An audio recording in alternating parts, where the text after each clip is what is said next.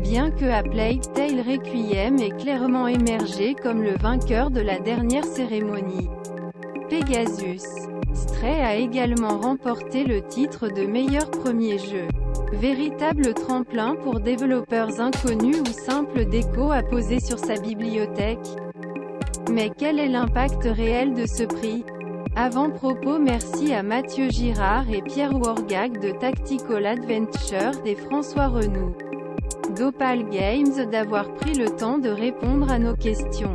Le premier a remporté le prix du meilleur premier jeu avec Solasta Crown of the Magister en 2022.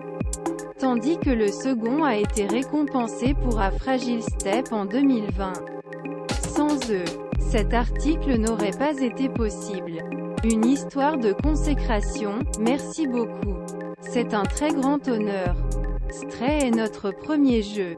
Nous l'avons fait de tout notre cœur et nous ferons tout pour rendre les suivants encore meilleurs.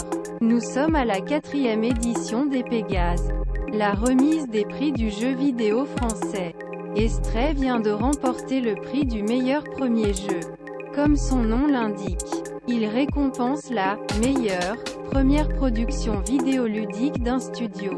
On ressent une grande émotion dans les propos des développeurs. Pour eux, gagner ce prix est une fierté. Et après tout, n'est-ce pas le but premier d'un prix? Même si c'est juste pour être nommé, c'est déjà une immense reconnaissance. Imaginez avoir passé des années sur un projet et l'avoir sélectionné parmi une douzaine ou une centaine d'autres pour être nommé meilleur je ne sais quoi. Imaginez maintenant que c'est votre premier projet en tant que nouveau studio et qu'il est ainsi validé par vos pairs. Car oui, une simple nomination est, en d'autres termes, une validation des autres membres de l'industrie du jeu vidéo. L'Académie des arts et techniques du jeu vidéo, qui vote pour choisir les titres en lice, est en effet composée de professionnels du domaine. Bien sûr, toute nomination a une valeur symbolique importante. C'est compliqué de faire des jeux vidéo. On passe 2 ans, 3 ans, parfois plus sur une production. Même s'il y a des gens derrière qui sont très fiers de ce qu'ils font. Avoir la reconnaissance publique à la fois commerciale et critique est toujours formidable pour valider tout votre travail acharné. Mathieu Girard. Et puis il y a la victoire. Que vous soyez étudiant tout juste sorti de l'école ou un vétéran se lançant dans une nouvelle aventure, c'est toujours une surprise et plaisir.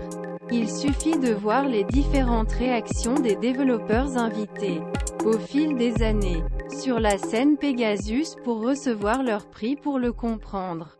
Entre émotions, début et sourire, la joie et la fierté priment. La reconnaissance, c'est un plaisir. C'est aussi bête que ça. Dit François Renoux. Ce sont encore des métiers de création dans lesquels on a toujours un doute sur ce qu'on fait et avoir la reconnaissance de nos pairs est très précieux. Accolade ouvrante. Accolade fermante. Avoir un prix meilleur espoir. Vous pouvez appeler ça comme ça. C'est très touchant parce que vous dit, je suis sur la bonne voie. Au-delà du plaisir que peut procurer un tel prix, il donne donc surtout du baume au cœur pour l'avenir. Ce genre de cachet, validé par la profession, ça prouve que ce que nous proposons vaut le détour et est d'autant plus important pour les jeunes développeurs qui ont parfois du mal à visualiser ce qu'ils peuvent apporter à l'industrie. Cela vaut aussi pour ceux qui se lancent dans des productions atypiques. Comme un pas fragile, avec une durée de vie de 20 minutes. Ce petit jeu mobile ne correspondait pas tout à fait à l'archétype du jeu grand public. Et pourtant, c'est à lui que l'Académie a décidé décerner le titre de meilleur premier jeu la première édition des Pégases. Bien sûr, cela a fait croire à ses créateurs qu'il y avait une place pour ce genre de production dans l'industrie française du jeu vidéo. Ça m'a bien motivé pour le prochain match, a rapidement glissé Doc Gero à ce sujet dans sa Vidéo. Mon jeu a complètement changé et j'ai gagné un Pegasus BUSHES Croisillon 3. Nous avons pu en parler un peu plus avec François Renoux qui s'est chargé de l'édition des aventures de Camille la Grenouille et qui partage ce sentiment en gros.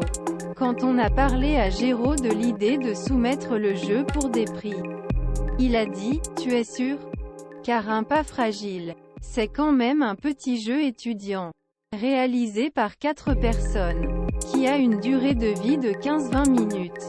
Pour moi, il a une très grande qualité en termes de facture mais il n'a pas forcément le profil pour lutter contre les jeux commerciaux. Si je peux faire une analogie. C'est comme si au César il y avait des films avec un budget de 15 millions et puis il y a nous à côté avec notre petite caméra dans notre jardin. Le fait que ce soit un jeu court, que ce soit un jeu avec des interactivités qui soient vraiment très grand public et qu'il nous met à côté de jeux plus gamer, on dira. Moi personnellement ça me touche énormément. Car lorsque je lance l'activité d'édition d'Opal Games, c'est le genre de proposition que j'ai envie de mettre en avant.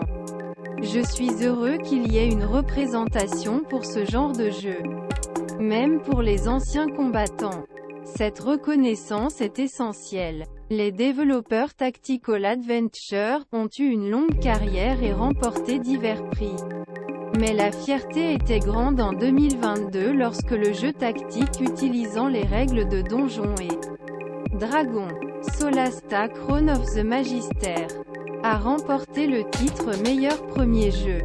On est monté jusqu'à 12 sur scène. C'était n'importe quoi. D'habitude les gens y vont 2 ou 3 fois mais avaient tous envie d'y aller. Se souvient Mathieu Girard avant que Pierre Wargag n'ajoute « Ouais, était super fier. Même si ça n'était pas notre première expérience, c'était vraiment comme des gosses.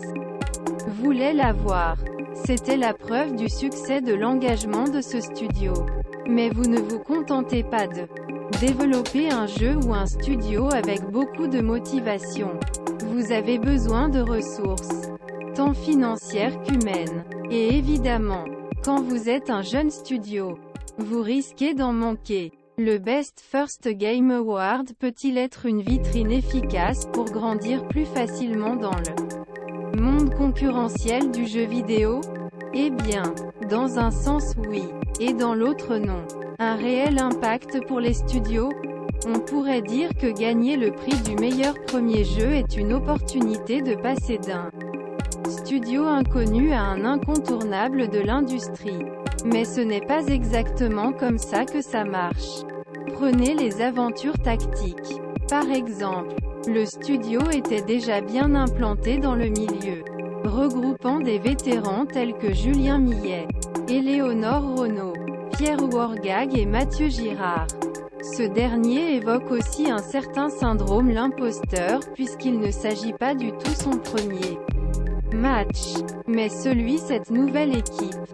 Quant à Opal Games, si la société était auparavant spécialisée dans les jeux pour entreprises, elle a pu bénéficier des connaissances et des contacts de François Renoux éparpillés sur tout le marché du mobile, dont Apple. Si peu de studios primés partent vraiment de zéro. Et puis les Pegasus arrivent parfois bien après la sortie du jeu. Ce qui a sans doute déjà été remarqué. Ce fut notamment le cas pour Solasta Crown of the Magister, qui fut un succès critique et commercial bien avant sa nomination.